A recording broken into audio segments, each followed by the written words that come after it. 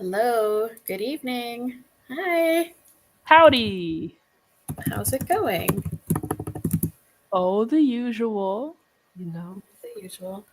hopping Um, around, mm-hmm. covert uh, operations. Always. Mm.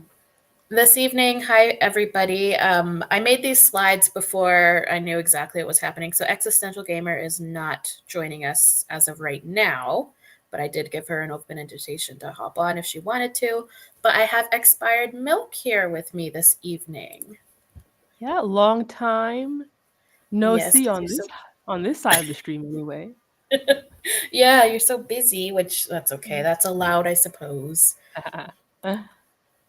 What is new and exciting and interesting in your world? Well, back on tour, first tour of the year, Mhm. doing the thing. Wondering if my tour is still going to go to Canada because I'm not entirely sure we'll be let in whenever we get there because of politics. Good times. How much time do you have until it's time to cross the border? June, a lot can go down between now and Oh June. yeah, that that is true. Wow. Well, I hope it all goes smoothly. Me too. Don't want to get detained by the Canadians again. No, again. XOXO. Aw. Yeah, I Don't hope it worry, goes it well. was the artist's fault. He shouldn't have had drugs on the bus. Yeah, probably not. Yeah. Probably not. So yeah, meeting the Canadians with the funny hats, a little bit of a beef, but on the other hand, I'm like, yo, you gotta do what you gotta do. Definitely. Well, I hope it goes well. Me too. And now people on the Hi. stream will be like, what is she talking about?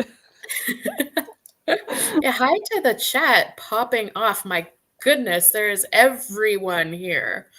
So I can't shout everyone by name because there's like everybody that we know and love is here. So hello, hello, hello. Um, so yeah, this evening, this is gonna be like a little bit of an old school radical ramblings stream because I have a little bit of a presentation and then an article to discuss kind of thing. So yeah. Um, the Secret Shade asked, how's the restream working for us? It is working. I'm still kind of in my testing it out, figuring things out phase. At the end of this stream, though, I do have a little bit of a stream update, so we'll talk about that later. But so far, it's functioning quite similarly to StreamYard, what I'm used to, um, and we'll just get more and more familiar with it as we go, I'm sure. So today, I want to discuss with all of you this pop culture phenomena that's happening right now, the concept of sexy baby. Um, do you have any thoughts on the sexy baby, Expired Milk? Well, I know the main artist topic will be Sabrina Carpenter, Yeah. and I wasn't aware of her before Espresso. I heard she's a Disney Channel girly. Did not know her Mm-hmm. from that time because it was past my age for that. But when I first saw her, I thought, what in the Betty Boop is going on? Yes. Yeah, we'll definitely get to Sabrina. But I found not definitions, but definitions of the concept of sexy baby on a couple different websites. So I just wanted to go over a couple of them briefly and we can kind of react to that. So, oh, you know what I should have done? I should have downloaded these slides onto my phone so I can, that's fine. Okay, so first one is from nylon.com. The idea of a girl or woman who is infantilized and subsequently sexualized, either in dress or demeanor, is present in everything from Victoria's Secret pink to actresses in pigtails. Sexy baby is schoolgirls' uniforms, it's sugar babies, it's sexy baby voice. Think Paris Hilton.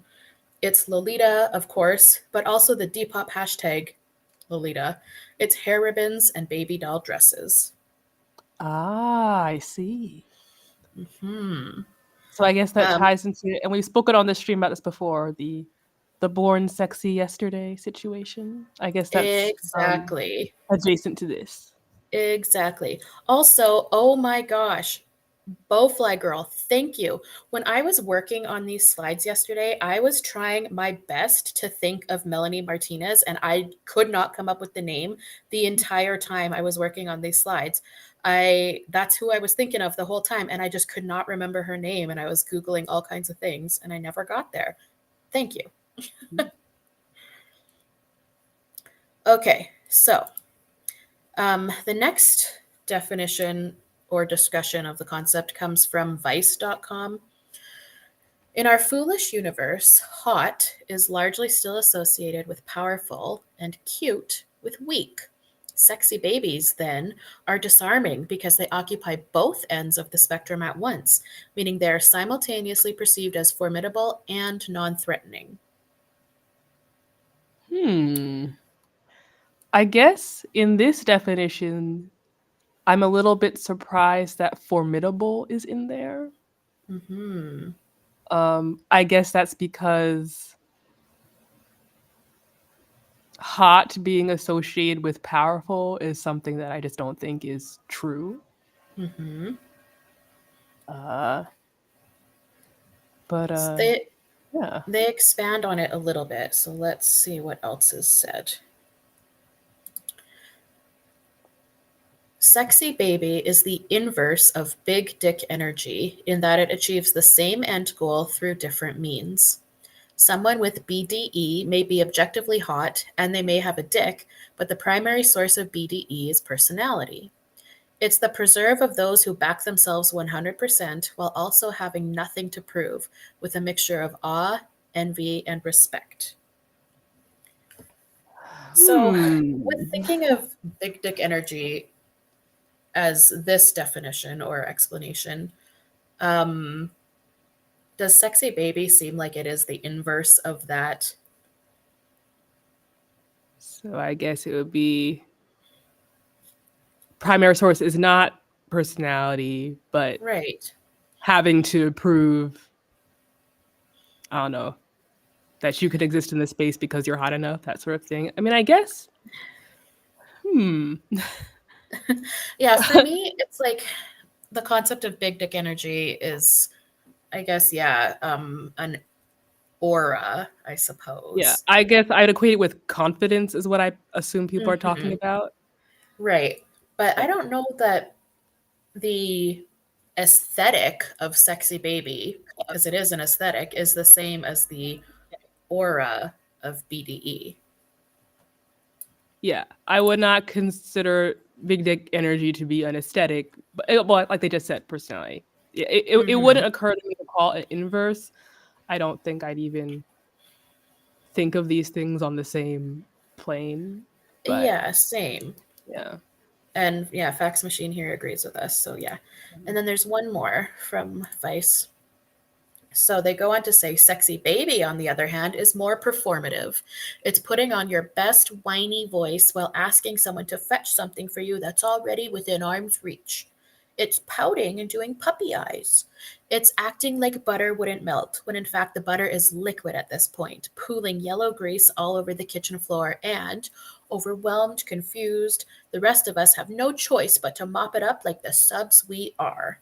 Oh no, not like the subs we are. uh, Right. well, I guess all these tropes put onto women because who I don't think sexy baby is referring to men in any scenario. Right, Um, exactly. it's just Yeah, all there's different. go ahead. It just seems like all different versions of the woman in whatever scenario being beholden to or dependent upon someone else. So even Mhm, if you're like they were talking about just the typical hot girl, if you're like the typical hot girl in your I don't know leather mini dress and your mhm, stilettos and you're saying, ah, fetch me the champagne. People try to equate that with power because assuming, oh, the guy will do whatever he wants for you because you're sexy. mhm, But in reality, you don't have any real power in that situation. agreed. Uh, What do you think of this from the Secret Shade? Said, isn't that just pick me energy? Do you think there's a difference? Uh, no. Yeah, I think whenever you are, again, catering to what, I guess if I saw someone like this, I can obviously see the strategy they're going for. And I don't really use, I've never actually used like pick me in a sentence, so it's not kind of my vernacular. But when I think of what people typically mean by pick me, I think it would fall into the same category. Yes, Yeah. just trying to escape the ire from men in particular that you know Yep. could be targeted at you by trying to appeal directly to what they want, rather than being caught on the outs and having no perceived sense of defense. Mm, excellent. Yes. This from Tori is freaking me out. I saw a TikTok where a guy was asking, why does Sabrina Carpenter use her real voice instead of a baby voice? Ugh. Oh, oh, dang. Oh, that sent heebie-jeebies down my spine. Ew. Yeah, so Man. what, he's like, what, found an interview of her and was expecting her voice would be higher pitched or something? I suppose because her speaking voice is, I wouldn't say it's deep, but it's almost on the spectrum of what could be considered deep, I suppose, and raspy. Okay. Um, oh, wow. Why doesn't she use a baby voice? Wow. It's only just now that I realize I've never heard her speak before. Hmm. Fax Machine says leaning into sexist restrictions in order to somehow survive or succeed within those restrictions is not empowerment, no matter how much of an affectation it is. Very good. Very Correct, good. correct. So let's look at some other celebrities or yeah, who have embodied the concept of sexy baby, just to get an idea of what we're kind of talking about here. So we've got Ariana Grande first up. This picture of her and her then boyfriend Pete Davidson is like the embodiment of sexy baby. The I cat ears know. and all. Wow. Yes, the cat ears, the lollipop, the oversized sweater. Does she have anything even on underneath that sweater? And he looks like he's trying to evade the feds. Mm, yeah. Um, always, yeah, the finger in the mouth. Oh Oh, man. the lollipop I just noticed. Oh no. Yeah, the lollipop too. Boy, oh boy. Um, Secret Shade mentioned Britney Spears. Her natural voice is different. Um, Britney Spears. Sorry. Oh, we can't hear you, Oh expired no, milk. my computer just. Oh, hello. Oh, hi. Hello. Oh Hello. yeah, I think it lagged for a bit. Am I back? Oh, okay. Yes, you're Hello. back. Okay, I'm alive. Woohoo. Yes. This Lumos pointed out, don't forget the sleeves. Right, the hoodie sleeves are pulled down completely over her hand. Um, it's just so big and she's so little, you know. Um, and then yeah, there was a Britney Spears mention. So Britney in her earlier career was really sexy baby marketed. Of course, there's the Baby One More Time music video where she's literally in a schoolgirl uniform. The music video is Yeah. filmed in a high school. I And remember this then video the most because I went to a school that had uniforms that were pretty much identical to this, and right, we were banned from doing the Britney Spears look. They literally yeah. had posters up with Britney Spears and an X through it. Like, no, don't do that. Do not. Yeah. Yes. And then this one of her in the red, that is from the album cover of her debut album. Like it's very innocent, sweet, like little kids sit like that, right? They call it the W sit. Yeah. Um, we've also got Marina Diamandis, aka Marina and the Diamonds. Very yeah, Oh. innocent, the bows, the pastels. Oh, and yet the emo eye makeup Right. situation. And yeah, someone had mentioned earlier, Melanie Martinez. I was desperately trying to come up with her name to put a slide in here about her, but she has had like I think one of her debut albums or something was called Crybaby, and her tour sets were like a little girl's bedroom. It was like giant, like those children's wooden building blocks that have like all the letters on them. They're like, Yeah. yeah, Uh-huh. giant blocks like that, and like literally a crib. Yeah, that's who I Right. was trying to think of to make a slide about her, but I could not come up with her name. Um, and then my last one before we really get into the meat of this is Lana Del Rey. She's pretty notorious for her pouty face, her Lolita looks. Very sexy baby. Mm-mm. And then, yeah, so we'll dive into the inspo for this stream, Sabrina Carpenter. So I have a Tumblr post I want to share and look at, and then we'll dive into the article. Um, so let me just get it up here and share my screen.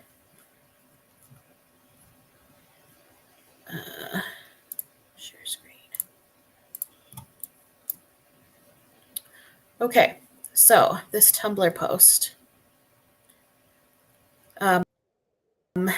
There's this tweet. I'm sorry, but am I the only one offended? Like, why is she being disgusting sexually in front of children? So this is a clip from Sabrina Carpenter's tour. Hopefully the audio will be included. It should be, but this is just a clip from, oops. Maybe there isn't any audio actually, but this is just, yeah, from her tour. Yeah. I can't remember what song this is, but there's a lyric that says, "Have you ever tried this one?" meaning position. And on the tour, she would do that or a various sex Yeah. position. And so someone quote tweeted it and said, "Oh, I need to open the chat." Someone quote retweeted it and said, "The songs obviously aren't for kids, but how is she not embarrassed? I'm sorry, but this is pathetic. Imagine viewing yourself as a sex object. Women like her are next in kin to the males who run patriarchy. Shameful." Mm. Okay, so the person on Tumblr wrote, "Not gonna lie, every time I've seen this woman, she seems to have a motive to make herself the biggest object of the male gaze possible. The thing is, young girls are following and listening to her. Shameful." And then, of course, somebody said, "No one's talking about this. Her theme is sexy baby."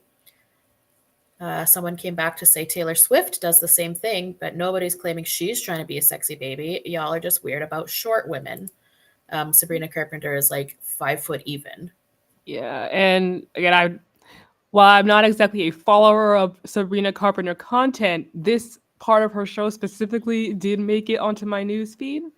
And I think I did Yeah. watch some televised performance she did, and I just remember the intro was like the intro even said what her height was. And she's like at 4 foot Mm-hmm. 11 inches tall, and I was like, why are they mentioning her height? That's kind of Right. weird.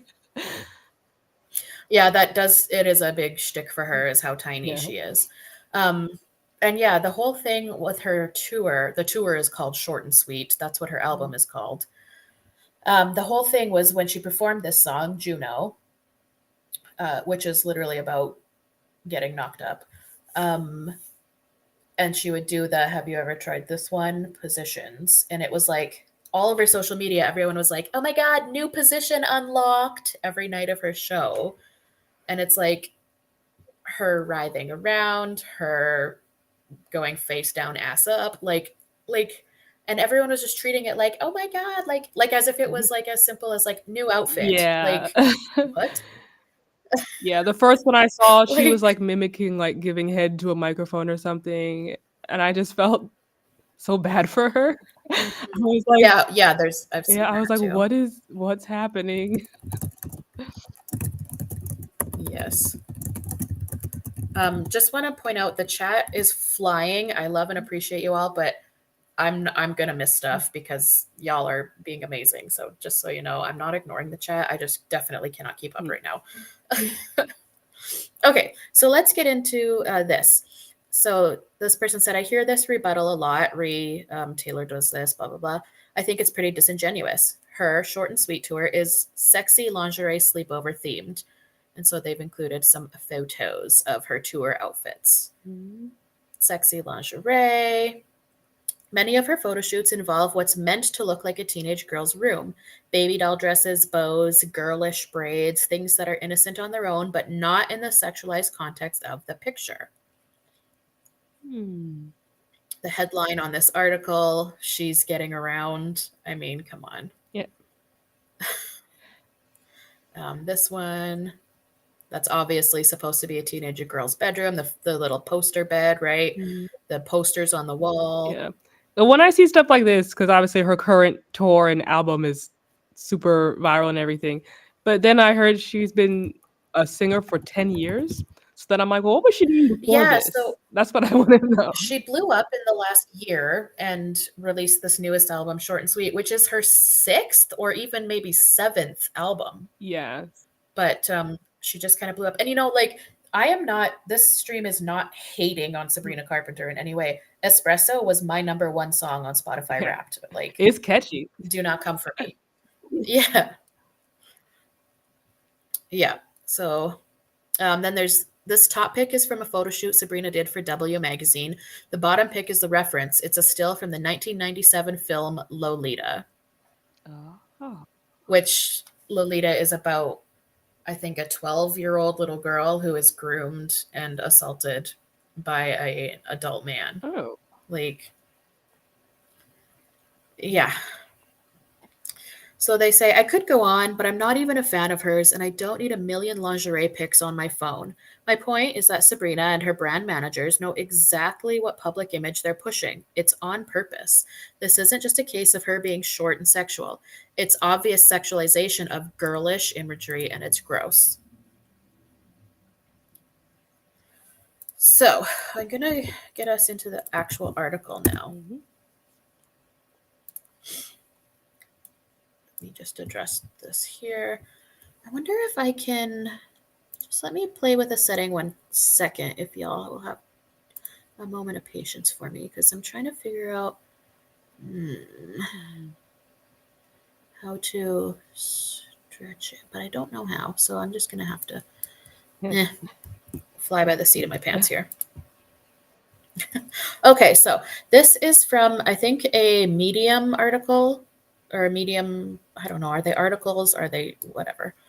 This is from Medium, or maybe Substack. One of the two. Yes. So it's titled, Your Fave is Selling a Pedophilic Fantasy. Sabrina Carpenter doesn't mind being your sexy baby. Please, Expired Milk, feel free to chime in as well. I guess now that we're here, I guess the Tumblr post made me realize, again, I'm not really on Tumblr and know the lingo of the day, but I'm guessing sexy baby is something that's a widely used term these days, which is why it's, what did you say that? Yeah, I think it's been in kind of recent pop culture, recent-y. Okay, so this is by Jade Hurley, and she writes, I'm going to allow you to read the title of this essay, take a deep breath, then join me in the discourse. Ardent defenders of white, blonde pop stars, you can do this. Let's go, team. Let me start here. I am a dedicated fan of pop music, especially that written by women.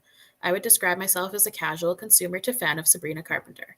My summer was spent with a constant backdrop of Me Espresso. Me too. A friend and I dramatically sang the lyrics to Please, Please, Please to our boyfriends in the middle of my post-grad dive bar. Feather is a vital feature on my poolside playlist, so these are just various Sabrina songs.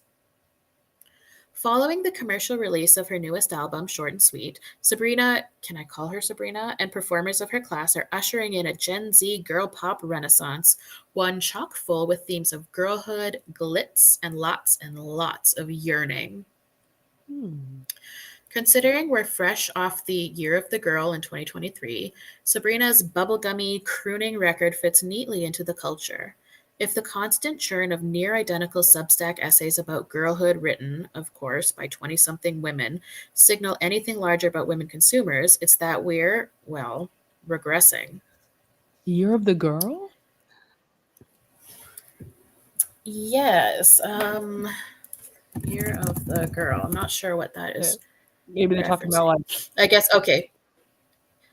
It says a trend emerged where girl culture and themes dominated pop culture. Year of the Girl, Girl Dinner, Lucky Girl, Girl Math, which is all very regressive and terrible. oh yeah, someone was like, "Oh yeah, girl dinner to me," and I was like, "What? I just had a bowl of goldfish with a Yeah, that's snack. Girl It was a Dinner. snack." Mm. I think, Kathy, you're right about this, that 30 Rock first coined the term sexy baby. I think you're right. Oh. Yes. Oh, I hate that women rejecting feminine roles means that girls put off by that turn to sexy baby OF aesthetics. It's like being feminine is a rebellious act now and it's been corrupted. I've actually seen it straight up said that hyperfemininity is an act of rebellion. Oh, is that where we're at now? Yeah. Okay. Yes. Yes. Ah. Okay, so by my most generous analyses, years of lockdown and collective trauma from the COVID-19 pandemic have women my age clawing back our precious youth. We need the coddling spirit of Barbie 2023 film in our movie theaters, the tangible comfort of sunny angels in our tiny purses, and the abstract end goal of a good crush to keep us afloat. We want a teenhood again. Short and Sweet offers a short term trip back to that mentality. I, as a nearly 37-year-old woman, cannot relate to this. Neither can I, but just from that paragraph, I'm thinking, so I have a friend who loves young adult novels and I guess has been enjoying life recently because Netflix keeps adapting so many onto their platform. Mm, But I definitely noticed that I guess the trailers she sends me all have this aesthetic. like the sexy Oh, not baby. sexy baby, but like Oh, okay. a coddling spirit of Barbie. Love the Barbie movie, but you Yeah, know. yeah, yeah. Gotcha. Yeah. Gotcha. Yeah. So, tongue in cheek from its title to its final notes, Short and Sweet doesn't take itself too seriously. Sabrina makes the record her world. She reinvents grammar, plays with innuendos and double entendres, and hits at the superstar suitors lying in her wait. For lack of a better word, the album is hot, assumedly the perfect TikTok backtrack to the summer's It Girls, or perhaps they're called Brats now. Charlie XCX. Quinn Moreland articulated it best for Pitchfork. In a pop landscape recently plagued by self seriousness and a tiresome obsession with authenticity, Short and Sweet is a refreshing glass of escapism. Is it? Hmm. Uh, I mean, I've listened to the album a few times. It's a fun, fluffy pop album, I think, well, yeah, I but think what I've heard people, or I guess maybe I read one article about it. It was, I guess she was talking about being disappointed with the men in her life and how that was perhaps similar to the brat thing that was going on. I'm not sure though. yep, yep, yep. So, by my read, Short and Sweet is a soft girls album, a post pandemic return to simple music about boys, not boys who abuse, not boys who manipulate, rape, and lie, but boys who are just inherently stupid.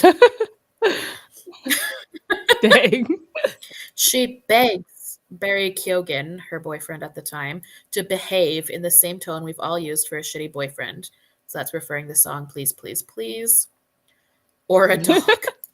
It's assumed that they don't know it's assumed that they don't know better. They're barely house trained, and we girls can laugh along as we collaboratively teach full-grown men how to act. Short and Sweet has a politic ending at girls rule, boys drool. I mean, for a 20 mid to late 20 something year old woman, girls rule, boys drool, come on. Yeah. This simple message and expert pop production has kept the album at number 1 for 2 weeks in a row. Here's where Sabrina and my politic diverge. As I've written previously, I see the character of the soft girl, particularly when donned by white women, as a first step on a girls only alt right pipeline. The originators of this term, Gen Z Nigerian women, had anti colonial aims and radical rest in their mind when creating the soft girl internet persona. Then, white Americans quickly readapted the trend to align with the Christian pastoral, homemaking, Pilates arms, you know the rest. The white trend toward tradwifery that, yes, ensured the election of a demagogue replaced the true intention of the Nigerian movement with Puritan gender roles. Again. Ba, ba, ba. Uh, White American soft girls give me pause. For a demographic of women which historically have not raised their own children, have not performed the majority of domestic labor, and have been kept out of the public sphere, it's logical to meet the overwhelm of modern feminist life with a desire for return. The boredom and plight of their ancestors has been rebranded into a life of leisure, of paid for Pilates, almond gel X nails, and endless highlight touch ups. A life of tortured silence now appears peaceful in contrast to the financial, social, political, and emotional struggle of being a working woman in 2024. A double bind working class and BIPOC women have been navigating for centuries. Hmm. So yeah, the whole like trad wife thing, right? Yeah. Um, yeah, like she says here about uh, BIPOC women, Black, Indigenous people of color. Um, been navigating the working class and being a mother forever, you know, raising other people's children, other white women's children. Mm. But now it's being rebranded as this, like, yeah, tradwifery return to a simpler life. Yeah, I've definitely seen the soft girl or a Mhm. soft life thing going around. Not just among white American women, but um also a lot in black women's spaces too, which is Okay. interesting. They're like, yeah, we and the narrative they usually take is, yeah, we've been pushed into this lie of how we can be and do everything, and so now we should just relax, and it's a lot easier to relax if a man pays for everything in your life. That's where and that's how I guess you get to the whole trad wife thing. It's like, oh yeah, but on the flip side, that means you have no power because you're utterly dependent on him. Right. Yeah, literally. Literally. We talked about this in the stream about Ballerina Farm. Ah, yes, yes, yes. Yes. Oh yeah. The born in the wrong era girlies. Mm. Clearly there's a war against women or femininity. Women, yes, but femininity, yeah. Yes, I've definitely I've been seeing the lies of feminism, or a whole Mm. generation has been tricked by feminism and now they're all 30 years old and crying in a Walmart parking lot because they don't have Yep. a man. I've also seen those TikToks of like a woman, yeah, crying, being like, can't believe feminists fought for us to have to go to work. Like, oh my God. Yeah. Whenever I see that, I'm like, is this like a plant? Does this woman actually think this way? Right? Ah, yes, rest in your femininity. Femininity. Unleash your Uh, inner goddess. Take your divine. natural role in society. Mhm. Blech. So, to achieve this false sense of stability, white women have two choices: find a man willing to time travel or do it yourself. And in modern dating, where 50-50 bill splits are commonplace, it's more likely that soft girls will be solo traveling to their own simpler time: childhood. Stay with me here. The impact of the year of the girl couldn't end at media and aesthetics. We both know that. 2023, while a celebration of girlhood, also brought with it the return of heroin chic, the normalization of cosmetic injectables, the buckle fat removal craze, and an obsession with luxury beauty rearing its head in Gen Alpha. We're swapping facial moisturizer, and in the worst of cases, the numbers on our scales, with literal 14-year-olds. Youth and innocence, especially post pandemic, provide adult women's social status while endangering the youth we emulate. The line between girl and woman is being blurred, and it's women, not girls, who benefit from the exchange. In fact, it's also Sabrina. This it's women, not girls. This is such a great sentence. The line between girl and woman is being blurred, and it's women, not girls, who benefit from the exchange. How much do we see, girls mature faster than boys, or she's so mature for her age? And with this line being even further blurred, yeah, teenage girls are certainly going to be negatively impacted by this. Yeah.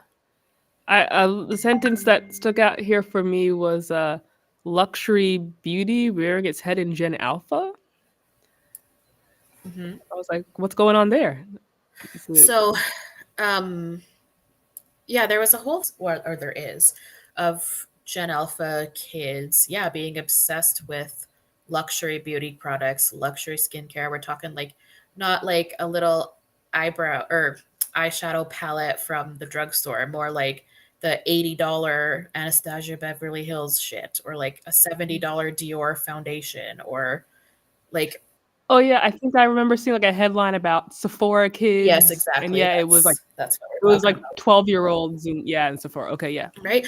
Like, yeah, or I remember, especially around Christmas time, I was seeing lots of like parents talking about their children's Christmas lists, and we're talking like 8 to 12-year-old girls putting like Drunk Elephant skincare and Dior lipstick, and it's like, man, I had like Barbies on my wish list till I was like 11 or Yeah. 12. Like, what is happening? Dang. That's And crazy. I guess yeah, they're all getting it from this Hmm. combined internet culture we're on. Yeah. So, Sabrina Carpenter, I think these are some lyrics from some of her songs. He pins you down on the carpet, makes paintings with his tongue. Mhm. Move it up, down, left, right. Oh, switch it up like Nintendo. She's not talking about video games. She's talking about climbing on top. Ah. And then she has a lyric that says, come right on me. I mean, camaraderie. Wordplay, but and I bet we'd both arrive at the same time, and I bet the thermostat's set at 6'9". Got that one. Hold me and explore me. I'm so fucking horny. Ah. The lyrics above are unquestionably adult. They should be. They're performed by a 25-year-old. The sexual innuendos and comedic references to female desire are part of what sets Sabrina apart from her peers in the pop scene. While stars her senior have been taught to shy away from explicit content, Sabrina makes talking about sex fun. Really? Because I was about to say, oh yeah, those lyrics are those lyrics, but I feel like if you just turn on the radio, every single song is probably about sex. Though I guess, yeah, Sure, maybe they're not as straightforward explicit with as it. I'm so I'm fucking so horny. horny. Yeah. So from her lyrics on Short and Sweet to her infamous nonsense outros, which made the rounds on TikTok throughout her 2022-23 emails I can't send to her, and her stint opening for the Eras tour this year, Sabrina consistently uses sex in her lyricism. While those outros have always been dirty, they've slowly become more explicit. So what they're talking about here is she has a song called Nonsense, and at the end of the song on the album, um, it's like they were recording her in the studio, just like rambling nonsense at the end of the song. Then on tour, she would do something different at the end of every performance of the song. And so that was also like her positions. It was like, what's she going to say this time? And Yeah, so I these am a are little some of surprised to hear she was opening on the Eras tour though. So I'm like, maybe that's where the outrage was coming from. Like the 12-year-old girls was going to see Taylor Swift, and then there's Sabrina right. Carpenter. Yeah, Lumos says it was wild to put her as an opener for Eris. Yeah. So this crowd is giving me all the endorphins. I wish someone would rearrange my organs. Philly is the city I was born in. I've got a dirty mind, but I am so pure. Call me Dora, his body I explore. Fort Lauderdale, you're Oh kicking off the whole no. tour. Turn that dick to stone. Call me Medusa. Choking on him, need Heimlich maneuver. Sorry, I don't date Lollapaloozers. D-I-C-K, I am good at spelling. Tastes so good, I need a second helping. Told that boy to sit me down on all fours. I told that boy go faster. Now I'm all sore. BBC said I should keep it PG. BBC, I wish I had it in me. I'm guessing this was when she was in the UK because the BBC Yeah. is the British broadcasting, but yeah. See, what's funny here now is, again, just in me scrolling through the internet, some stuff I have seen about Sabrina, again, is that she's for the girls and that how she's somehow also a lesbian. What? Yeah. People are like, No oh, way. yes, Sabrina's, she's like secretly lesbian. I'm like, are you sure? Because every time I see her. She is no fucking way. Her music is, as we can see here, very explicitly about men and sometimes not even men, just dick. Yeah. Like, Yeah, I think it came out when I don't know, oh well look, there's lipstick on her thigh in her outfits, and look, she's in Chapel Roan's Christmas special. I'm like, that's not what lesbian means though. no. Oh, oh my God, not the Gaylord people getting to Sabrina. Yeah, people think Taylor Swift is a secret lesbian also. Oh yeah, I've also seen that too when I'm like, again, I don't know much about Taylor Swift, but I do know that a lot of her music is based off of her ex-boyfriends. Right. Oy. So, as a creative writing student, I'd love to have this woman in my poetry class. As a marketing professional, the slow build and consistent fan return on these outros are a dream for any social media manager. The crudeness of the nonsense outros, what is often new fans' introduction to Sabrina, is smart music marketing. Sex sells, especially when it's auctioned off by a beautiful, witty white woman. There's also something to say about a young woman explicitly narrating her own sexuality on a public stage, something unavailable to women like her just decades ago. What do you think about that? See, I usually see this take when it comes to women who do have sexually explicit lyrics and that they're in control of their sexuality and whatever. Mhm. But being in control of one's sexuality, if that were to mean anything, I don't think that means this, Me neither. knowing Right, what you right. Yeah, like in is that this area of life. Like, oh yes, mm. yeah, it's like And it is be like being like this not naive about that sort of thing. Yeah. yeah. I'm Oh. not sure if this is like empowering. I don't think it's empowering or like yeah, in control of her sexuality, but again, like is this her sexuality? Like we don't oh yeah, Mariama, thank you. Her own sexuality, but all she talks about is being used like a fleshlight. We don't know what a heterosexual woman's genuine sexuality at her most pure is because we are all raised in the same heteropatriarchy that has groomed these women to do what appeals to men. So Yep. this isn't her sexuality. What it could yeah. Yeah. It seems like, again, she has this image, and Uh-huh. she knows what she looks like or can look like, and I think all this stuff is just playing into that to sell this package that she has created, Yes. either on her own or with Exactly. the team or whatever it is. Yep. So here's the rub. While her content is maturing, Sabrina Carpenter's packaging is regressing. Her music is made for women, but her brand, well, I'll say heterosexual women. um, but her branding intentionally communicates a particular version of girl, Unfortunately, I'm not talking about Substack essay girlhood type emotional regression. The Sabrina Carpenter machine is using a 90s era hypersexualized girlhood as the core aesthetic for an adult singer. And intentional or not, this branding decision offers audiences the choice of pedophilic fantasy. Knowing American culture, by and large, they will take it. Again, we're going to reference the Lolita photo shoot, which is literally about a little girl being raped. Like, it's not something to emulate or recreate. Yeah. But again, they were like, "Oh yes, this is it."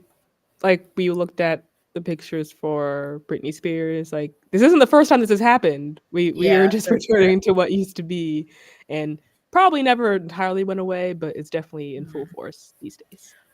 Yeah. Well, and the thing that especially drives me crazy about like people sexualizing Lolita specifically is like the whole point of the book is that it's from an unreliable narrator when this little girl is presented as precocious or coming onto him or wanting it. It's all from an unreliable narrator who is trying to justify the fact that he is raping a child. You're She is expecting not people to actually. understand the text. You're expecting too much. Yes. Like Existential Gamer says, Dolores, who is Lolita, his life was completely ruined. Right. Right. Right. Like, ugh. So the above is the penultimate photo in Sabrina's latest feature for W Magazine, a piece including details on her Disney career, the writing process for Espresso, and a fashion shoot heavily inspired by 50s and 60s aesthetics. The Lolita reference was striking, especially considering the obvious inspiration wasn't mentioned at all in copy. W Magazine and the Sabrina Carpenter machine cleanly folded Nabokov's controversial story about an adult man's obsession with a 12-year-old little girl into a feature about an adult woman's child stardom. This reference is political and not for any analysis on pedophilic culture. Without referencing to or condemnation of its source material, this doesn't challenge equivocations of a small statured former child star to an actual child. In fact, it reads more like an invitation. Let's go back to the nonsense outros. The following were performed in the international leg of the Eras Tour this year. Despite public opinion on Taylor Swift's fan base, only 5% of Eras Tour attendees were under the age of 18, meaning Sabrina was mostly performing to an audience of her peers or older. Here's where things get interesting.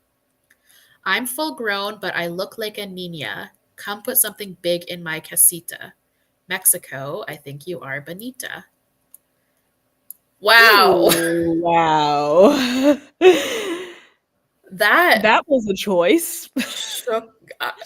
I am a little bit stunned by that one. Yeah. Why would you say that? Wow. Oh, That's goodness. explicit. Yeah. Um, Gardens of by the Bay, I want to go there. Then I'll take you somewhere that has no hair. Oh, right. I sneezed. Bless you. Like, okay, okay. Yeah. Like a child, like a little girl. I feel like in a place like Singapore, you could be banned from the country for saying that. Right. Like that is shocking. But that is these are very explicit. Like that's not even pulling any punches. Come on. Oh my Yeah, like again, this is very different from, just talking about dicks earlier. This is like, girl, what's going on? Let's yeah. have a chat. Oh my god. Um I just want to mention Nuts said I've been dying for this topic. And actually I want to also mention I've had more than a few people actually message me on Discord or Tumblr asking me to talk about Sabrina Carpenter. So it's been something people have been wanting. Wow. Okay. Fax machine. I'm trapped in a full body cringe loop. That's why the article is allowing us to digest for this 1 second. Yes. Yeah. So yeah, I'll allow you to digest here. Yeah. These two particular outros left a nasty taste in my mouth. Not only does Sabrina fall into the trope of tiny, sexy girl with a side of born yesterday sexy, she is explicitly comparing herself to a prepubescent child. She looks like a young girl, her pussy is bald, and she wants you to fuck her. She isn't sharing this only because it's funny. For some audiences, these qualities grant her favor and capital. Speaking of capital, Sabrina's pop girl status also granted her a Skims campaign this past spring, earning her the same Kardashian endorsements as Charlie XCX, Lana Del Rey, Ice Spice, and Pink Pantheress. According to Caroline Tversky, getting a Skims campaign is the modern day equivalent of earning a star on the Hollywood Walk of Fame. While this take might be a tad exaggerated for my taste, Sabrina's Skims campaign solidified her as one of the culture's new sex symbols. The rub Is here Skims is like what lingerie or something? Skims is Kim Kardashian's undergarment line. So yes, it's Oh, okay. lingerie, but it's also like just regular bras and underwear too. Shapewear, pajamas. Okay. Yeah. But yeah, it's Kim Kardashian's thing, so it's like, yeah. Anyway. Mm. Uh where were we? The rub here is what Sabrina, her team, and Skims chose to do with this newest platform. While Skims has branched out from their nude bodysuit beginnings, now offering camo lingerie, heart printed baby PJs, even men's intimates, Sabrina's campaign felt like a stark departure from their usual MO. Skims, regardless of your feelings about Kimberly, is a brand built by adult women for adult women. Modern shapewear hosiery, spandex, and leotards remains highly influenced by the working women of the 80s and 90s who donned their skin-tight shorts after a long day of workplace sexism and worked it out to a Jane Fonda cassette. Skims is selling to their modern-day equivalents. Their customer base is overwhelmingly millennial, with 36.24% of website traffic driven by 25 to 34-year-olds, followed closely by 35 to 40-year-olds, 44-year-olds. Is anyone else here a female over 30? I am pushing 37. 31. Hey. Woo! The selection of Sabrina as Skims' spring muse, according to Kardashian herself, is due to an it factor that really resonates with the next generation. The target audience for this campaign is Gen Z, made all the more obvious by coquette details like lacy baby dolls, vintage-inspired boy shorts, and rosette accents. The pieces themselves, while trending younger than Skims' usual, don't ring too many alarm bells. It's the staging where the fantasy continues. So again, we've got the sets, like this is clearly a child's bedroom. Yep. Pigtails, like the braided pigtails, the bows.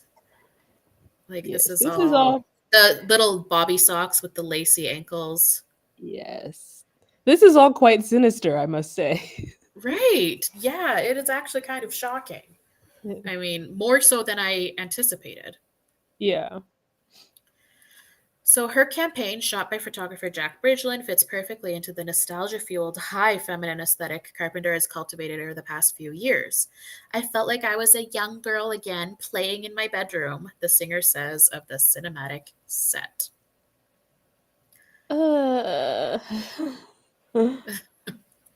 The 90s nostalgia the campaign boasts, using, of course, a 99 baby as its muse instead of translates to a particular late 90s, early 2000s childhood. The pretty pink CD radio boombox, the Sony Walkman, attached, of course, to Apple earphones, the celebrity posters, the apparently fake novel in her hand, whose cover is straight out of 2004. The scene is more specific than nostalgia, by Sabrina's own admission. It's a young girl's bedroom. Juxtaposition is key in editorial fashion, and shock factor, as Sabrina purports to enjoy, can only add to celebrity marketing campaigns. Seeing a small woman in a childhood bedroom decked out in full lingerie brings up all sorts of cultural touchpoints: American Beauty, Cruel Intentions, The Virgin Suicides, and yes, Lolita.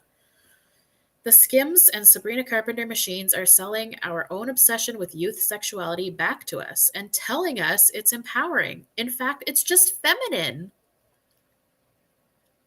And see, this whole combination of things, it's, people debate a lot about femininity and what it means, and it's so powerful.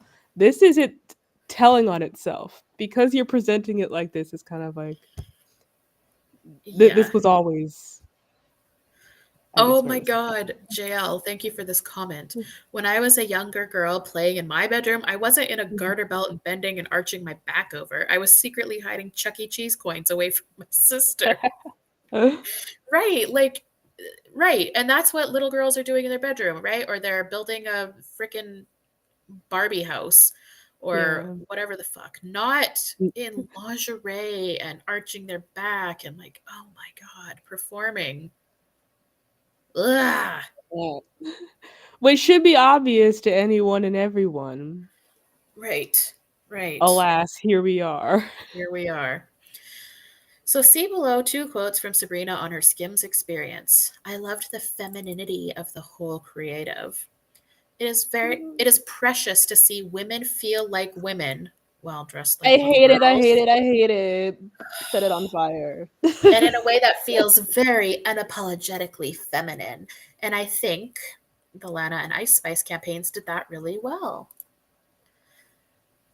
Ugh. Allow me the chance to tell two personal stories here. Oh, wait, sorry. This just caught me nuts. Literally, I was doing Barbie funerals with my bad haircut and mismatched pajamas. Barbie funerals? What was happening to your Barbies? That's Yeah. hilarious. Also, The, the Tori, the I was the making fever struck the town of Barbies. exactly making potions with dirt, sand, and creek water. This is something that is always so interesting to me because, like, universally around the world, little girls make potions, and I wonder Hmm. why. Because we're witches, Exactly. obviously. That's what I think. It all Yeah. circles back to our history of being medicine women and healers and yeah, Yes. Barbie funerals. God. Yes. My mom was always disappointed that I wouldn't show too much interest in dolls, and I would instead show interest in like random stuff like rocks. Like I just get a bunch of rocks. I'm like, what are you doing? I'm like, I'm creating a battle strategy. It's just like, a battle for what? I'm like, the war, obviously. Obviously. Yes, the battle. Oh, God. All right, let's allow me the chance to tell two personal stories here. There's a woman I've known my entire life who, in the last 8 years, has clearly gone off the alt right deep end.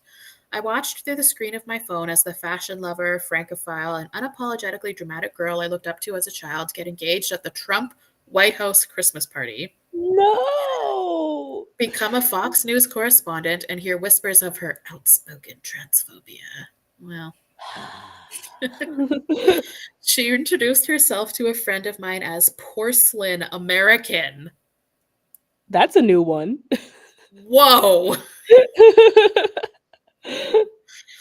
And in the years following the Capitol insurrection, her and her husband have never missed a Republican National Convention. Her Instagram bio reads Christian wife, unapologetically feminine. I do not understand these women who are like, oh, I'm unapologetically feminine. Literally, no one is going to stop you. Yeah, it's just it's so bizarre. And I know people don't enjoy being called brainwashed. Alas, But that's what I think of. yeah, agreed, agreed. Like femininity is the doctrine of the Right. patriarchy. It's expected of you, it's Yes. desired of you. You Yes, don't have to it be is a core unapologetic aspect about of it. male culture. Right. So weird. So, okay, and then another one. In the final year of my bachelor's degree, a period of acute depression and stress induced cystic acne, I held focus groups to research my honors thesis in women's gender and sexuality studies. Oh boy. Anyone getting a degree in that in this day and age is, yeah. Well, you can always work at Home Depot. I was going to say, obviously, pro trans, Yes. but I aimed to study how feminists felt about cis men's presence in the movement, a Herculean task requiring the near constant academic backup of bell hooks. One quote shared by a fellow campus organizer in 2019 still echoes in my head sometimes. I think that masculinity in these movements can be really threatening. I genuinely don't support masculine identities within the feminist movement because I view so much of the feminist movement as promoting femininity Oh no, the plot has been lost. completely. What? If you're Oh. someone who identifies as masculine and you're masculine presenting, I don't think you can really genuinely be involved in the movement if you don't have those types of experiences. What the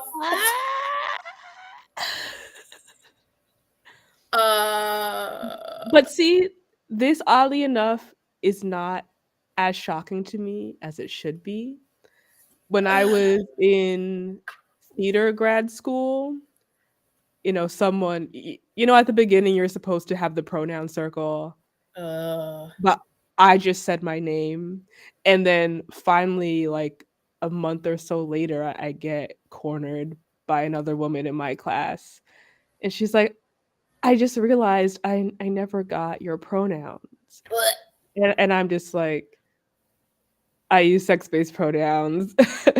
And then she got to this thing about my presentation and how if I was sure that I was really a woman mhm.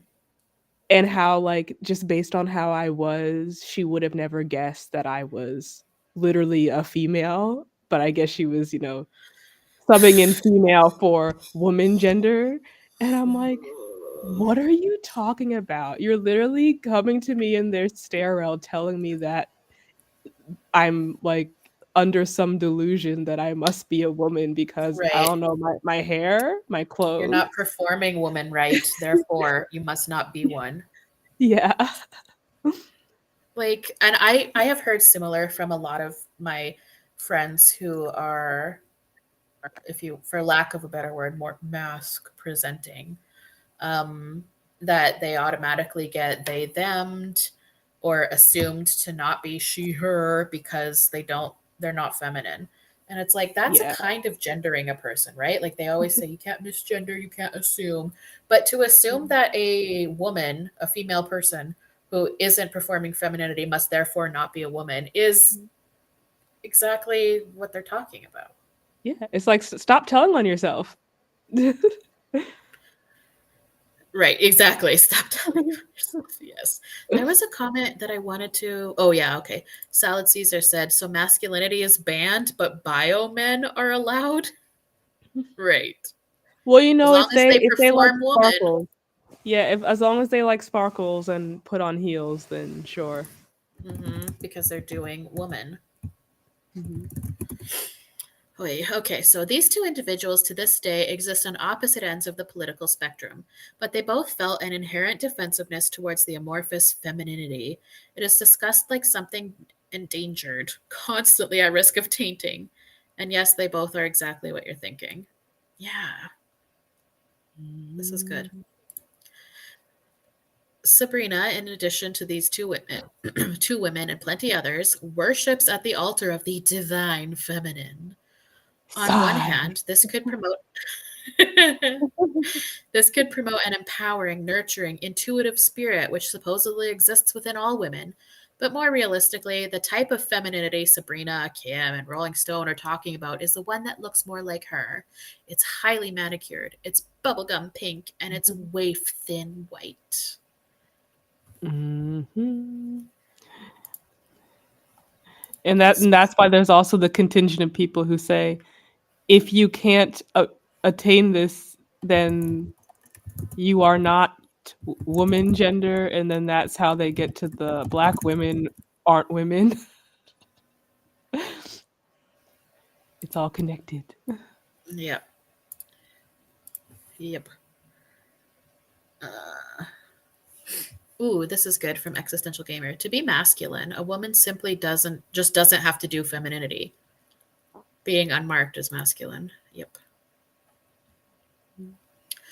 Western femininity has been synonymous with whiteness since European colonizers first reached Africa in the 15th century.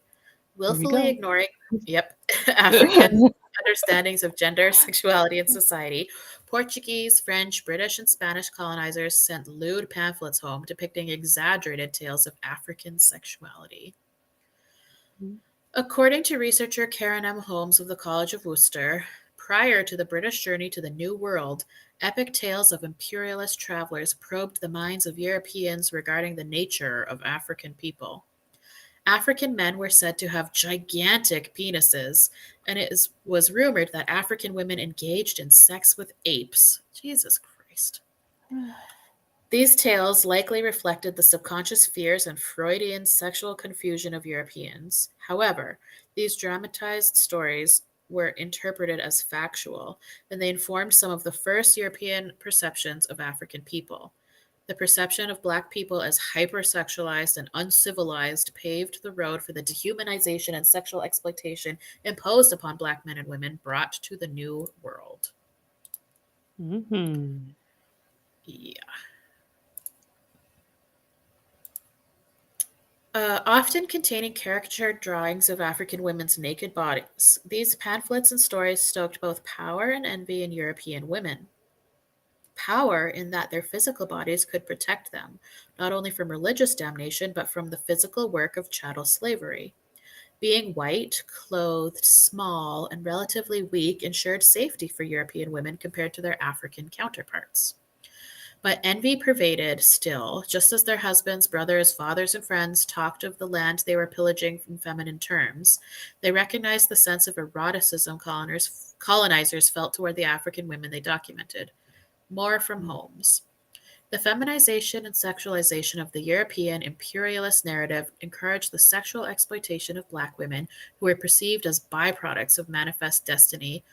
Oh my God, that is a Bingo, disgusting bingo. sentence. That is Yep. so fucking fucked. Ugh. Yep, yep, As yep. this as this colonial era thought persists today, and this colonial era thought persists today, according to the Black Future Fund, historically, in the Western imagination, Black women have been either masculinized beasts of burden, desexualized mammies, or hypersexualized Jezebels.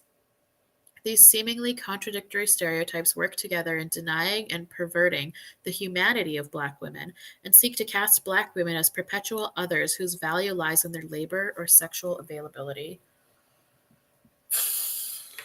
No notes. Yeah.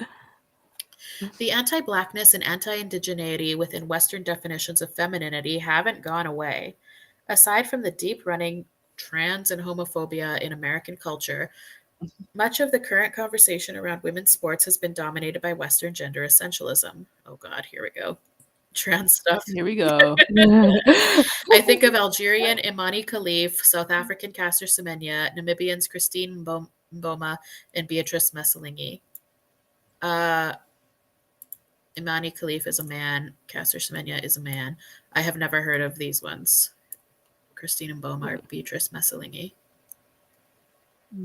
Anyway, all Olympians from the African continent whose womanhood was questioned after beating white competitors. But 2 out of them are for sure men. So like Yeah. and I Yeah, I must admit, I haven't followed those stories very closely, but okay. I imagine the stories only blew up because once you're at Olympic Yeah. competition level, everyone's starting to notice rather than, Yeah. you know, continental stuff. Fax Machine is saying all 4 are male. I'm not confident to say either way because I have never heard of the other 2, but you know. Gravionics, just skip this part. I love what Ooh, Mariama said. Says, yes, white author talking about masculization. of Black women and then comparing Black women to men. Yeah, ain't that the way that they always do it? This is the same as the freaking gender people saying, "Well, if trans women aren't women, how can Black women be women?" Like, do you fucking hear yourselves? You absolute disgusting Exactly. racists. Oh my god. Yeah, and it shakes me even more when I hear Black women repeating it. Like, I was reading some article written by a Black woman in her 30s. She's like, "Yes, I've never been a woman because essentially, I don't look like Sabrina Carpenter. And I said, wait a second. How do we get here? How did we get here? Yeah, Tori says the obligatory trans ally nod in any written liberal feminist work. Uh-huh. So close yet so far. Yeah, so she goes on to say, I actually wrote about this a few years back. While the governing bodies of elite sports expect Black women to turn out viewership and funnel money into sports, they remain the descendants of the same colonizers who saw Black women's bodies as inherently other. They took that mentality of fear and control and ran with it for generations. The harm caused to Black women and communities is far from ancient history. I would agree with that. Mm-hmm. Ooh, Kathy. What about the women from the African continent who were denied their rightful spot on the world stage by cheating men? Exactly. There's women who did not get no to one go to the cares. Olympics because a man did. Yeah. Women of color are masculinized by white definitions of femininity, which range in consequence on a gender-obsessed society. Femininity is a tricky tightrope, and it can be revoked just as quickly as it's offered. It can exist next to labor, sure, as long as it's domestic and done with a smile. It can exist next to sexuality, sure, as long as it's neither too much nor too little. It can exist next to effort, sure, as long as it's put into looking modest-ish, manicured, and ideal for male consumption. The Western feminine, at its core, is unthreatening to the Western masculine. White women are expected to be non-confrontational, effortless, and yes, demure. It all leads back. Whatever happened to that guy? Yeah, very mindful, very demure. It all leads back to patriarchal control. The younger, smaller, and more naive you are, all the easier for men to force their ideals onto you. Now, let's be fair for a minute. The entirety of post-colonial beauty standards and gender essentialism cannot be placed squarely on one pop star's shoulders. Sabrina is a relatively short, skinny, white woman with a cherubic face. She can't help the way she looks, and both the narrow definition of femininity and the tropes she's playing into are, most likely, subconscious. Like most white women, the examples of femininity presented to her generally follow the guidelines of the Western feminine. Taylor Swift, Bridget Bardot, Jane Birkin, young Dolly Parton, all of which Sabrina has cited as inspirations. While men invent patriarchy, it's women who perpetuate it. She is inheriting these patterns, not creating them. I also believe Sabrina's stature adds a unique layer to all this. Like I mentioned earlier, Sabrina's size is routinely mentioned by her team, her interviewers, and her fans in her core brand. In fact, Short and Sweet is meant to be a cheeky reference to her being only 5 feet tall. Her smallness only adds to her allure in the Western feminine and puts fire behind the pedophilic fantasy her team is selling. But there's reason for this beyond adherence to American beauty standards. Short, white girls gain favor with men because of their smallness. See below for a myriad of takes in r/ask men answering why men go for short and tiny girls. Uh-oh. One word. Let me get my brain bleach. Hold on. One word, fun size. Less likely to complain about our height, easier to toss around on the bedroom, permanent MySpace angle when looking at them, make other things look bigger. Oh my God. Makes us feel more like we're protecting someone. Tall girls make better models. That's because they're, in a sense, not women. They're a method of displaying the clothes. We idolize tall women because we saw models as beauty, not as what they actually are, a walk-in clothes hanger. Short girls are great, though, and something we're evolutionarily adapted to enjoy, just like how girls tend to prefer taller guys. Short girls are timeless. I can tit fuck my wife when standing on my tiptoes.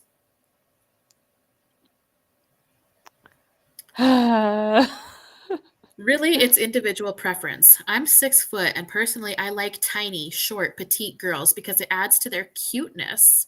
And maybe on a subliminal level, it makes me feel more manly and therefore confident. But also, this could be related, what I've come to find with pet ownership. The smaller and more delicate the creature, the more love swells in my heart. I thought I was a dog person until I got a bird, and I'd do anything for that tiny asshole. So maybe in a significant other, the more fragile and delicate they may seem, the more I might love them. See, when I encounter this sort of thing, I should not be surprised, but my whole brain just shuts down. I know it is. Yeah. I mean, I know men are awful, but like I pretty well have like avoided male spaces on the internet. So like reading this is just like I don't even know. Yeah, and, like, way at the Like beginning when we were looking at the Ariana Grande pictures, it Mhm. unlocked my memories of there always being this stage for my friends when they're in relationships with these dudes where they start wearing the boyfriend's jacket, and they start wearing their clothes, and it's, "Oh, look, it's so cute because it's so big on me, Right, I'm and just he's so so big and I'm small. so small."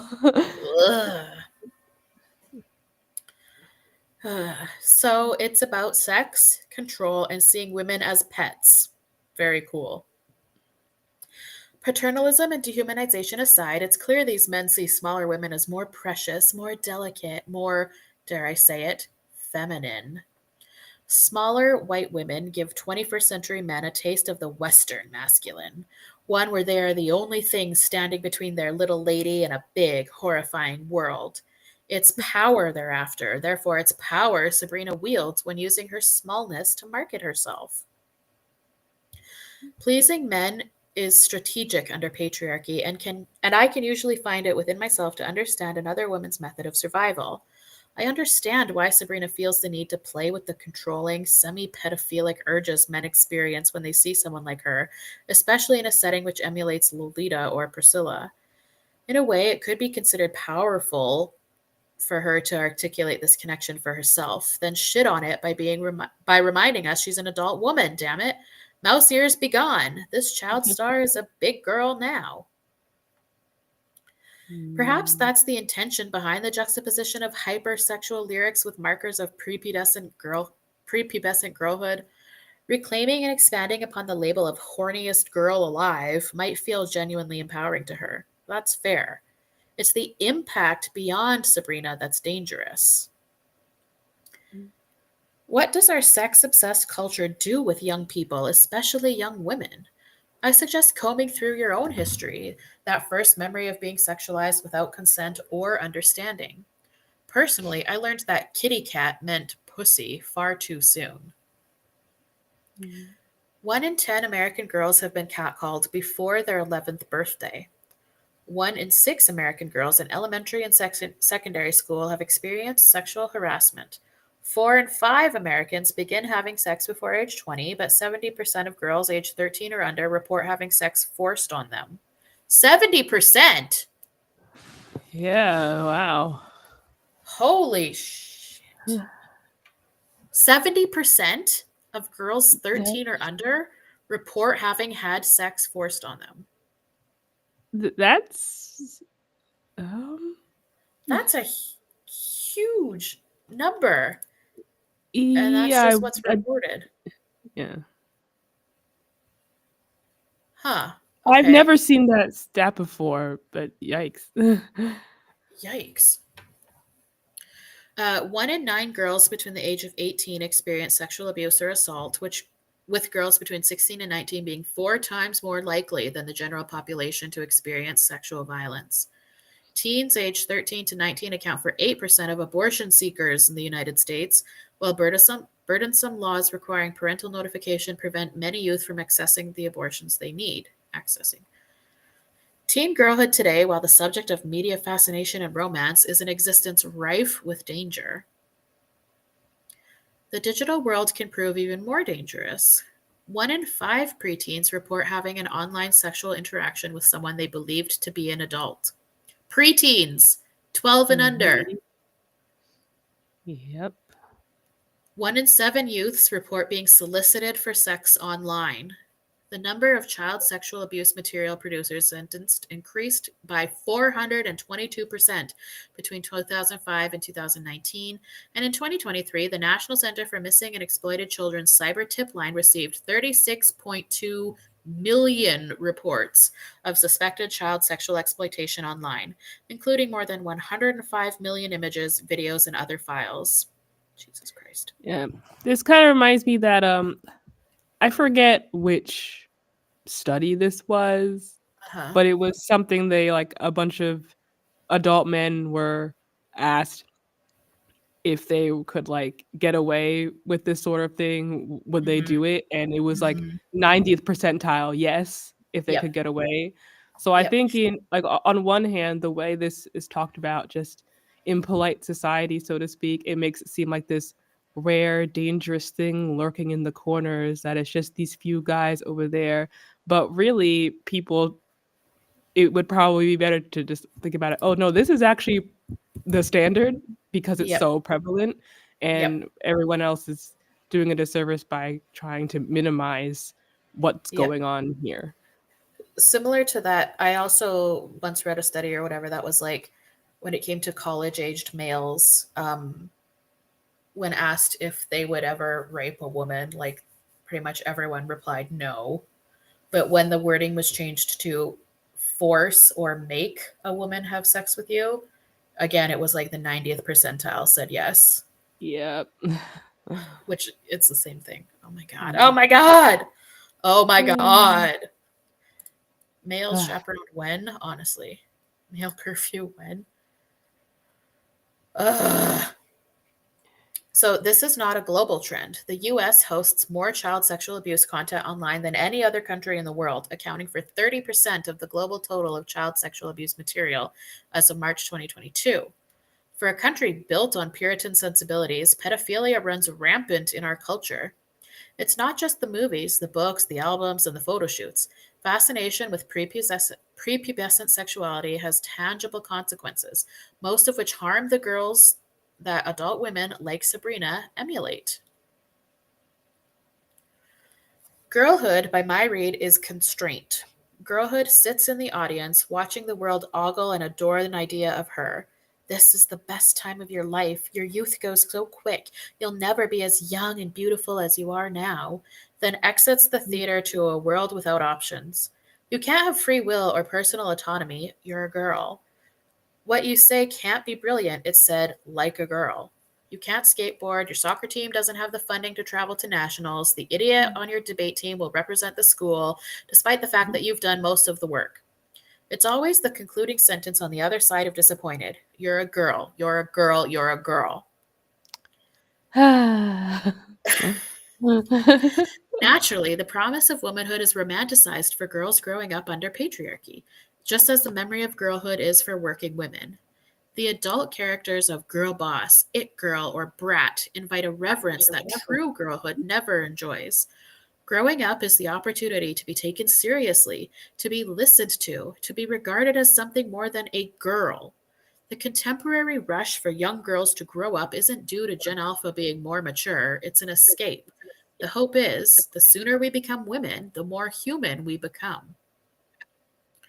Unfortunately, in a country with abysmal sex education and a foundation of Puritanism, girls see hypersexuality as a one way ticket to womanhood. Experts have noted, along with the exponential rise in requests for online child pornography, I hate that. Hmm. There's no such thing as that. Yeah. That 70% of all web pages actioned during 2022 contained self generated imagery. Most frequently, it is girls aged 11 to 13 who are self producing sexual content, usually the result of grooming and coercion by an abuser. But with the influence of TikTok, a platform well known for trends meant to demonstrate sexual acuity, access to and the creation of soft child pornography is even easier. As adult TikTok users have pointed out, it's often that the child producing content doesn't recognize the potential danger of adults on their account. Reminders to be careful are met with accusations of internalized misogyny or ageism. It's just for fun. Stop slut shaming me. You're so narrow minded. In their attempt to escape girlhood, youth today are graciously accepting their own exploitation, as long as it comes in feminist packaging. Bingo. Bingo. It's easier for girls to sexualize themselves when superstars like Sabrina, despite being a decade older, play the role of sexy baby. It's easier to see your prepubescence as a sexual commodity when Lolita, Priscilla, Angela, and the Lisbon sisters inspire male obsession and fantasies. And that's what all of this is about, right? As Margaret Atwood tells us, male fantasies, male fantasies. Is everything run by male fantasies? Up on a pedestal or down on your knees, it's all a male fantasy that you're strong enough to take what they dish out, or else too weak to do anything about it. Even pretending you aren't catering to male fantasies is a male fantasy. Pretending you're unseen, pretending you have a life of your own, that you can wash your feet and comb your hair, unconscious of the ever present watcher peering through the keyhole in your own head, if nowhere else. You are a woman with a man inside watching a woman. You are your own voyeur. Always a If, great quote. always. If we want to talk capital, then investing in male fantasy will produce the best possible return. With a current fan base of 94.9 million people, majority women, Sabrina's superstardom is only rising, as is her influence in capital gain. Her and her team's use of pedophilic fantasy in Sabrina's core brand, while unfortunately a smart business decision, will have ramifications on the self imagination of her fans and beyond. Her brand is trapped in the Ouroboros of feminist sexuality, balancing the desires of self, hypothetical fans, real relationships, business strategists, and the music industry at large is a Kobayashi Maru. You can't win, you're just eaten. While we'll likely watch Sabrina get womaned soon, just like Piers, Chappell Roan, and Charlie XCX, but I wonder if her proximity to girl will keep her safer, more precious to all of us. I wonder if that is the point. Hmm. The end. Indeed. Well, Sources. that was a very great piece. Yeah, really great. And I cannot wait to watch this back and go through the chat because I want to see all of the wonderful insight that all of these women in here have said. I'm so sorry I haven't been able to address a lot of it, but the chat has been flying. Yeah. Uh, Um, yeah, crazy, hey? yeah. Now, this is something I think about just like on the industry side. So obviously Uh-huh. I'm involved in it. Like I know Sabrina Carpenter's tour manager. Oh, Yeah. There's I've worked with an artist who's, I mean, she definitely is not what Sabrina Carpenter is, but I just knew before the tour.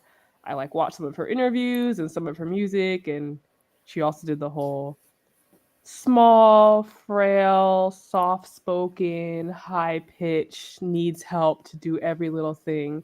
And I thought, I wonder what she's like in real life. And then when I also see that, I also think, what happened to this woman for her to end mm, up this way?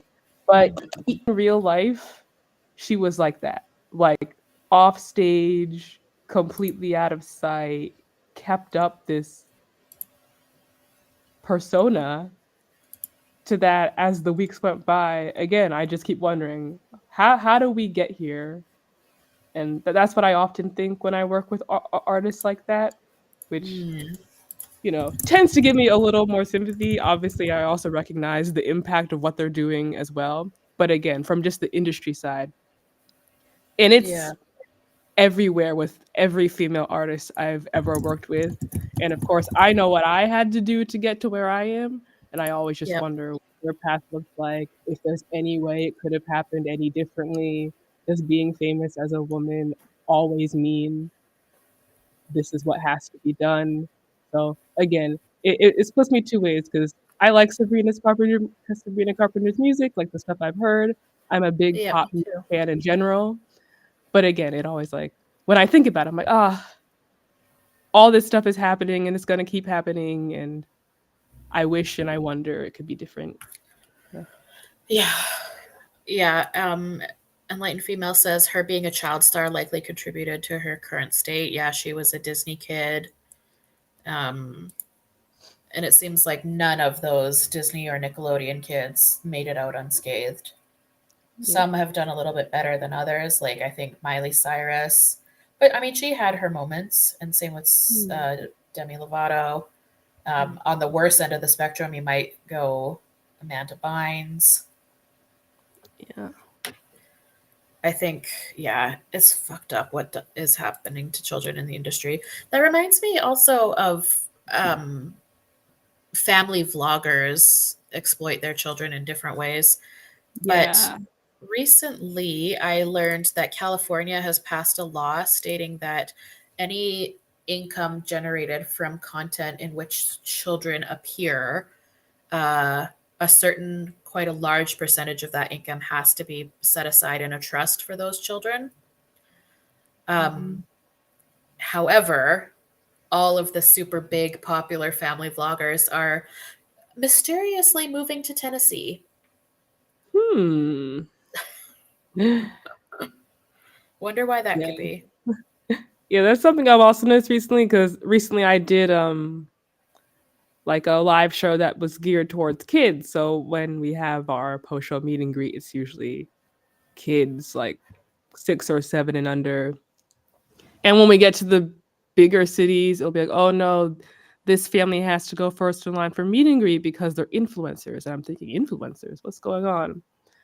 And yeah, just seeing the way those influencer kids interact with the characters they're meeting on stage, like everything about it is Oh, it's so staged. And it does make me feel a bit uncomfortable because I'm like, what's going on here? I'll just put that thought away for later. yeah. Yeah. Yeah, and those aren't even the Hmm. big family vloggers, probably. They're just probably parents Right. trying to make their kid famous. Yeah. I feel like we're on the cusp now of um, family vloggers, adult children telling all. Like it's going to Yes, happen any moment now. We're getting definitely. there. And I know that woman Ruby Frankie, who was like recently arrested a few years ago. Apparently, her daughter released a book about surviving that. Uh, Mm. but yeah, I think we're gonna see a lot of these family vlogger children now grown telling their stories. Mhm. Yeah, but like that topic, obviously the Sabrina Carpenter article was focusing more on the, I guess, the sexy baby part of things, but Yeah, it in general, particularly over the past 4 to 6 years, maybe, I have been trying to keep track of more of again this kind of anti-feminism that takes a lot of different forms, whether it be this, whether it be trad rife or hmm, divine femininity and all this sort of things.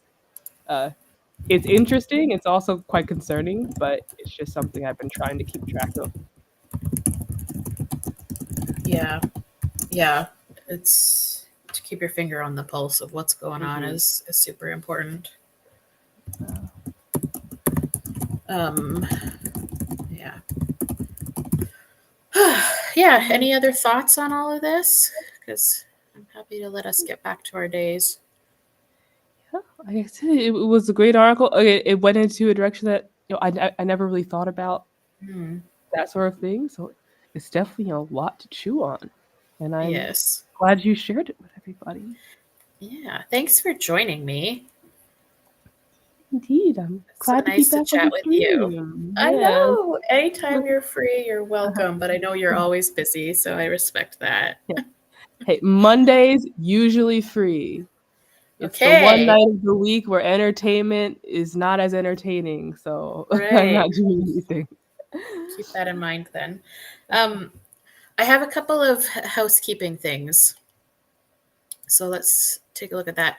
So I want to talk a little bit about my streaming struggles and an update about that.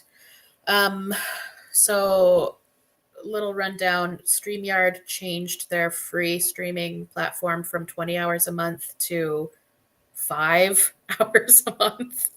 Oh, Eli, thank you. That's very nice that you became a member. Very nice. Yeah, so they changed it down to 5 hours a month. And when my streams are an hour and a half or 2 hours a time, that goes real fast. So I've been exploring other options, and we've found one on this platform called Restream, and it functions much the same as StreamYard. So that's been an option.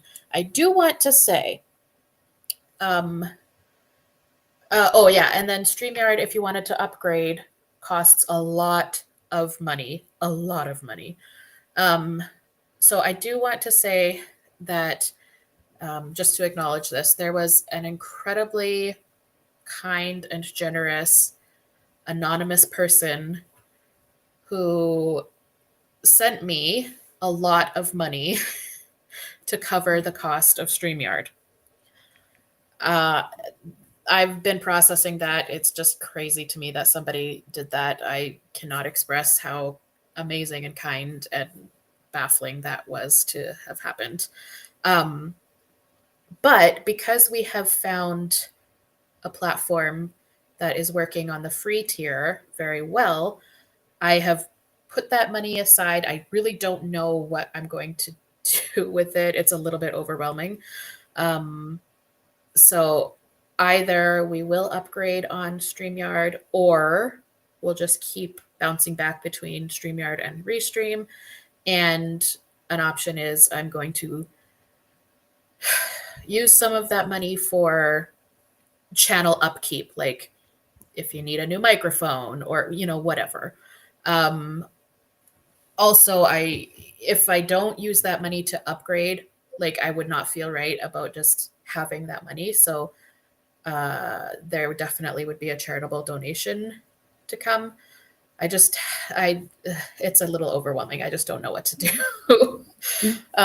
So that's where we're at. But right now we're going to be streaming either on one of the two platforms. My 5 monthly hours refreshes in a day or two. So there's that. But rest assured, whatever does happen, the streaming 2 times a week, sometimes once, but 2 times a week is going to continue. So thank you for always being here. It's going to continue. That's my update there. Yeah. I just want to again acknowledge that person, whoever you are. I have no idea who this person is, but it's overwhelming. So thank you to that anonymous person. Snaps to the anonymous donor. Thank you. Yeah. There's that. And then other housekeeping. I made these slides before I knew Existential Gamer wasn't going to be here. So regardless, her channel will be linked in the description box and you can subscribe to her. But also you can subscribe to Expired Milk in the chat in the description box because she is posting some of her writing on YouTube. And then if once this is over, I'll do that corny YouTuber thing. You feel free to refresh the window and just leave a little comment because that's the nicest thing. And that's that. So next stream will probably be on Friday. We usually do Friday, sometimes Thursday, and sometimes Saturday, but somewhere toward the end of the week. And I'll probably put a poll up on my community tab for a topic that everyone can vote on because I like to do those little votey polls to kind of keep people involved so that you have a say of what goes down on this channel. Woohoo. Yeah, so thanks Expired Milk for joining me, and to all of the amazing women in the chat. This has been the most viewed stream I have ever had in the history of my channel. At one point, there was like 76 viewers. That is mind-blowing to me. I don't know what the, wow. But thank you again to all the amazing women in the chat, your comments. I'm sorry I wasn't very attentive to the chat tonight, but I just could not do both. So, I just appreciate it. I can't wait to look back at this and go through the comments in the chat. A question from Secret Shade. Do I always have material to talk about, or is there a way to forward articles or material to me? I have a list of, no joke, probably 70 topics, but I am happy to receive more. My email address is radicalramblings1 @gmail.com. You can email me. I'm in a few radical feminist Discord servers, so you can always check and see if we have any mutual servers. Um, yeah, and that's it. Any last words, Expired Milk? Oh no! Again, thanks everyone for tuning into the stream. I'm also gonna watch it back so I can read all your comics or Yes. comments. I feel like I'm out of the loop on certain pop culture things, so I felt kind of bad. But um, yeah. If you go to my whatever channel, it probably links to a Substack, and on there, I guess the closest thing relating to the stream would be called Hate, a Summer of Loving Men, which references Sabrina and Brat Summer and all that sort of thing, and just how I witnessed the impact of that happening around me last summer, which was very interesting. I will put a link to that in the description. Oh, cool. Thank you all. Yeah, if you find me in a mutual server on Discord, you can add me. I don't really advertise my Discord, but I mean, I'm sure you can figure out who I am. Anyway, thanks everybody. Have a great evening. We'll see you later in the week. And I appreciate you all very much. And especially you, Expired Milk, for joining me. Woohoo. Make good choices. Good choices. Okay, bye. Bye.